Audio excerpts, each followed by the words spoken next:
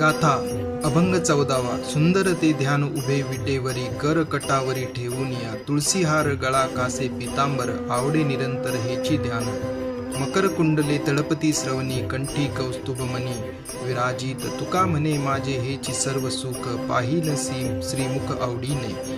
जगद्गुरु तुकाराम महाराज म्हणतात, जगातील सर्वात सुंदर गोष्ट म्हणजे कमरेवर हात ठेवून विटेवर उभा राहिलेला श्री विठ्ठल.